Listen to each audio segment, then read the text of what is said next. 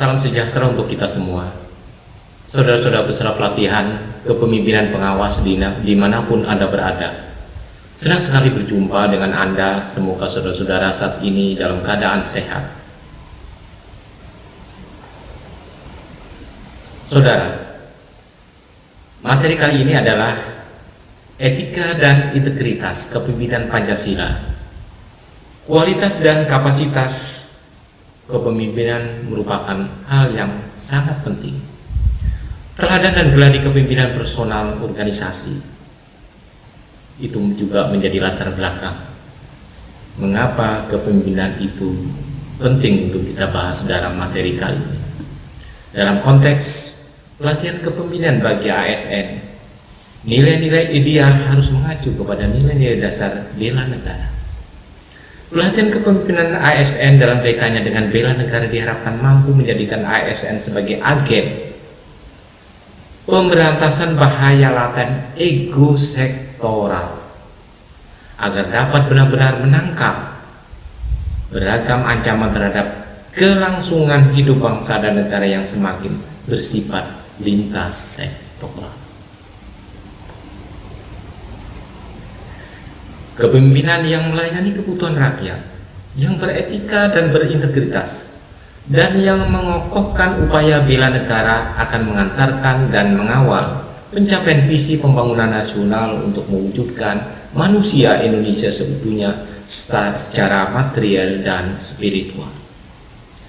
Kepemimpinan Pancasila ialah kepemimpinan yang memahami manusia dengan kebutuhan jasmani dan rohani secara seimbang, yang juga mewujudkan manusia paripurna dengan segenap kebutuhan potensinya.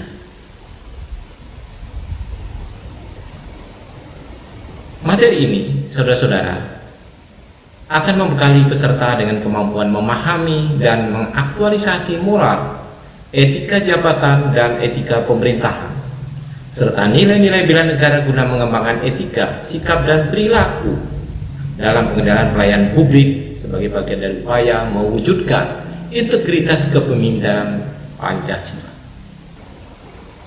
Tujuan dari pembelajaran kali ini adalah peserta diharapkan mampu memahami substansi, konsepsi-konsepsi wawasan kebangsaan dan nilai-nilai dasar bela negara guna mengembangkan etika, sikap, dan perilaku dalam pengendalian pelayanan publik sebagai bagian dari dan wujud dari upaya bela negara. Indikator keberhasilan dalam pelatihan ini adalah: pertama, peserta mampu menjelaskan substansi materi etika dan integritas kepemimpinan Pancasila.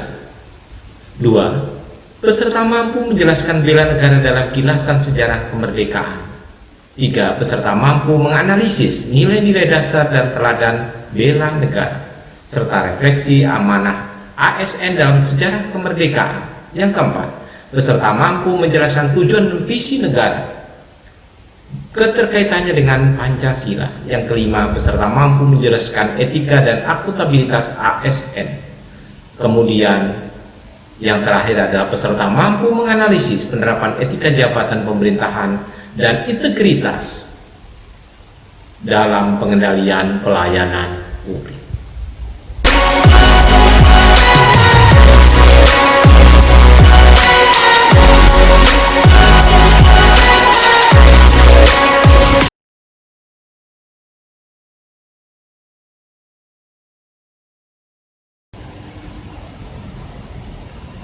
Kilasan sejarah kemerdekaan.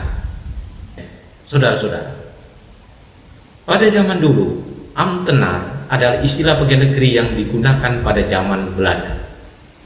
ASN tidak terlepas dari sejarah Ambtenaar. Pada saat itu, Ospia didirikan di Ungaran, Jawa Tengah pada tahun 1878 sebagai Hofdar School, sekolah anak-anak raja, yaitu sekolah elit untuk mendidik anak-anak keturunan penguasa tinggi pribumi. Ospia disebut juga dengan sekolah pangeran, pangreh praja. Para lulusannya akan diangkat ke daerah-daerah untuk melaksanakan pemerintahan modern yang bersifat legal, rasional, dan menggantikan kepemimpinan tradisional yang feudalistis. Keberadaan sekolah ini sangat didambakan oleh masyarakat pribumi pada masa itu. Akan tetapi yang dapat bersekolah di sana hanyalah anak dari pejabat tinggi negeri. Sebagaimana nama sekolah tersebut, agar kelak lulusan sekolah tersebut dapat menjalankan kerjasama yang baik bersama pemerintahan Belanda. Sesuai dengan persyaratan yang ditetapkan Ospia, sebagian besar pelajarannya didominasi dari keturunan bangsawan pribumi dan kerajaan Belanda.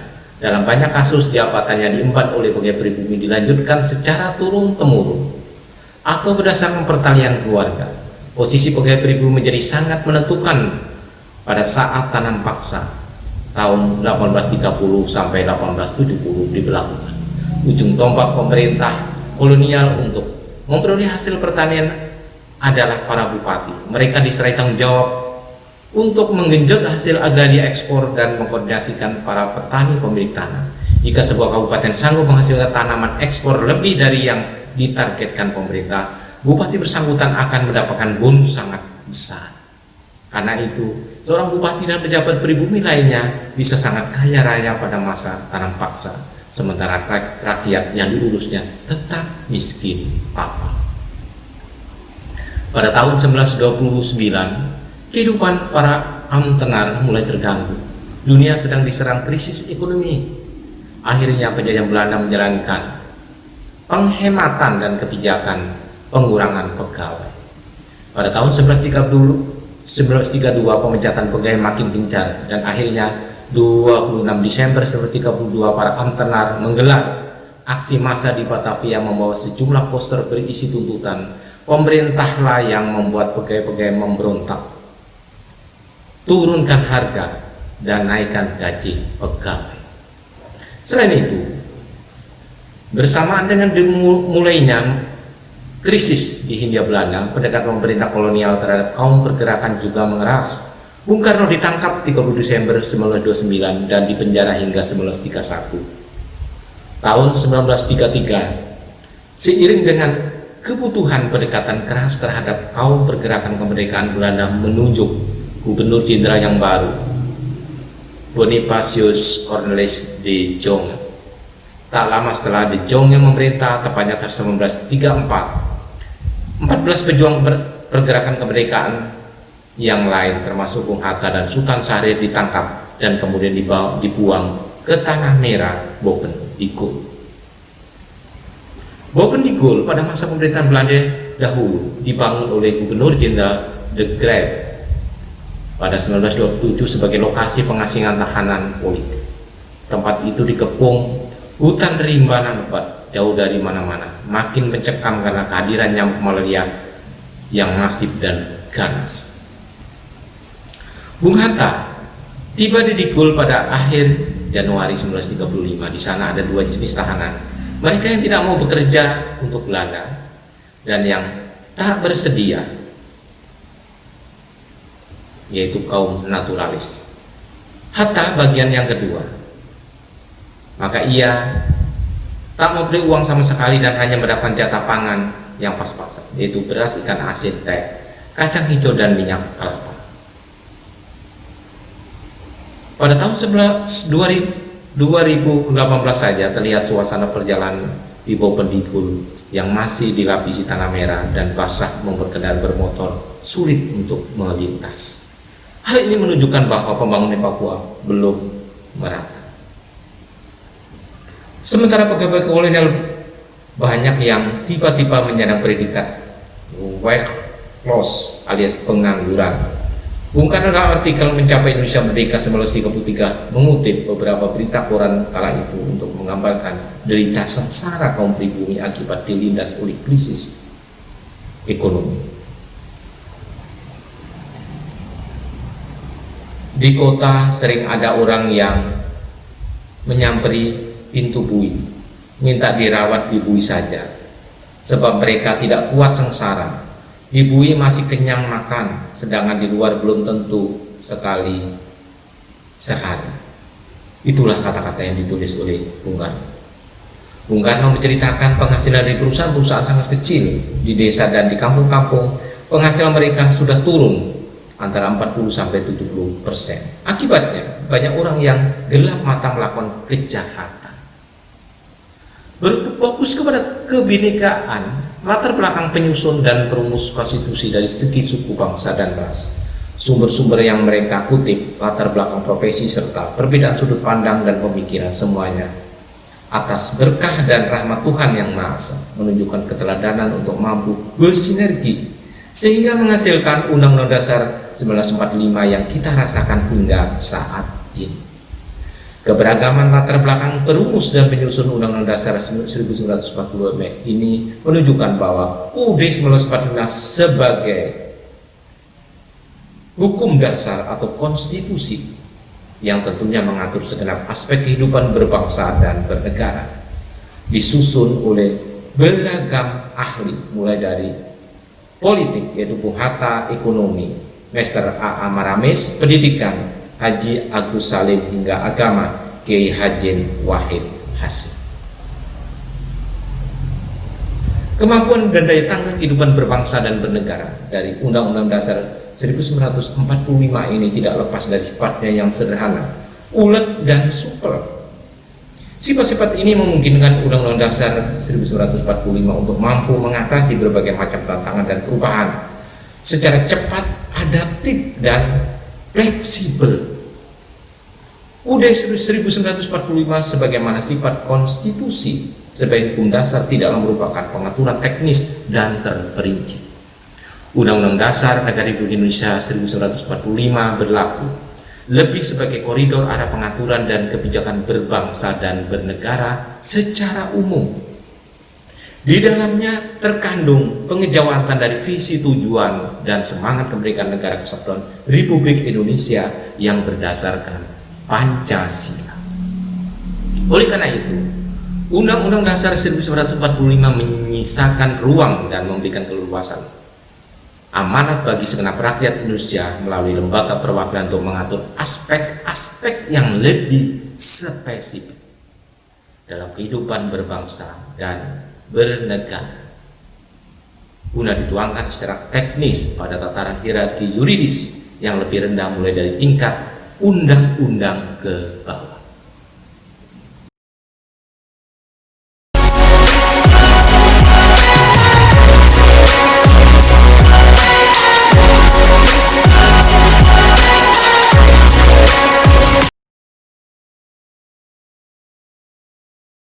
Materi berikutnya adalah nilai-nilai dasar dan teladan bela negara serta refleksi amanah aparatur sipil negara dalam sejarah kemerdekaan. Bela negara dalam konstitusi. Khusus dalam konteks bela negara, UUD 1945 dahulu meletakkan bela negara di bawah bab mengenai pertahanan negara. Sekarang di bawah bab mengenai hak dan kewajiban warga negara. Ancaman di bidang pangan memerlukan peran ahli gizi dan para petani. Ancaman siber memerlukan peran ahli-ahli komputer yang mumpuni. Ancaman ekonomi harus dihadapi oleh pelaku-pelaku ekonomi yang tangguh dan nasionalis. Perubahan letak amanat bela negara di dalam pasal 27 ayat 3 UUD 1945 yang kini berada di bawah bab hak dan kewajiban warga negara menunjukkan bahwa bela negara terlebih dahulu merupakan hak rakyat sebagai penguasa negara dan harus mendayagunakan segenap keahlian dan profesi untuk menghadapi ancaman-ancaman yang saat ini makin beragam.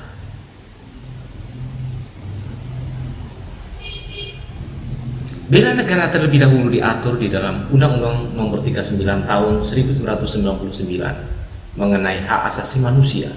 Baru setelah itu bela negara diamanatkan di dalam Undang-Undang Nomor 3 Tahun 2002 tentang Pertahanan Negara yang menegaskan bahwa bela negara dapat dilakukan melalui pengabdian sesuai dengan profesi. Jadi saudara-saudara, bela negara itu tidak lagi melulu masalah pertahanan militer, tetapi dapat dilakukan oleh segenap bangsa Indonesia, seluruh rakyat, oleh kita-kita semua dalam semua profesi. Sesuai profesi saudara apa? Anda bekerja di dinas pertanian, maka Anda punya peluang bagaimana Anda membela negara di bidang pertanian. Apabila Anda bertugas di bidang atau dinas transmigrasi dan tenaga kerja, maka Anda harus bisa bagaimana menjadikan program-program transmigrasi dan ketenaga kerjaan itu betul-betul memihak kepada bangsa dan negara. Dan seterusnya.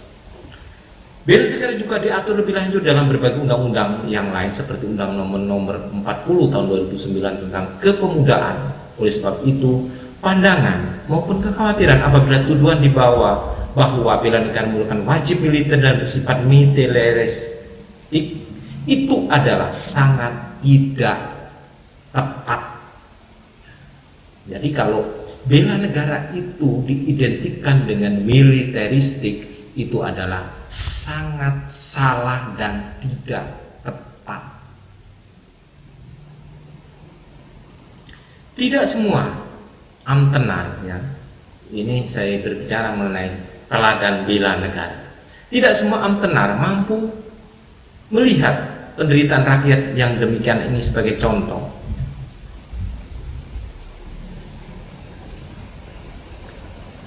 HR Muhammad Mangundiprojo, Residen Lampung yang pertama lulusan Ospia 1927, sebenarnya bisa hidup berkecukupan dengan menjadi pamong praja, wakil kepala jaksa, dan kemudian asisten perdana di Jombang, Jawa Timur. Namun, setelah Jepang menduduki Indonesia, ia memilih untuk menjadi tentara dengan bergabung menjadi anggota pembela tanah air atau PETA. Dan setelah kemerdekaan, memimpin TKR dan pemuda Surabaya untuk mengusir penjajah Belanda yang membonceng tentara Inggris pada tanggal 10 November 1945.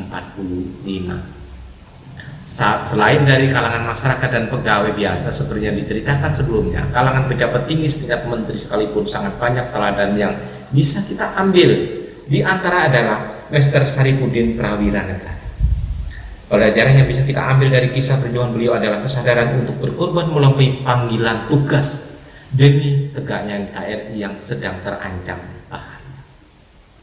Selain kebebasan mengibarkan sangsaka merah putih, berkah kemerdekaan tidak lepas dari digalinya kembali Pancasila serta kelengkapan dalam bentuk lambang negara Raja Wali Garuda Pancasila atau disingkat Garuda Pancasila saja. Ia adalah Sultan Hamid Al-Qadri dari Tanjung Pura atau yang biasa dipanggil dengan Sultan Hamid II dari Pontianak, Kalimantan Barat, yang merancang lambang negara kita dan diresmikan pada tanggal 11 Februari 1950 saat berlangsungnya sidang kabinet Indonesia Serikat. Garuda Pancasila sebagai lambang negara diatur penggunanya di dalam peraturan pemerintah nomor 43 tahun 1958.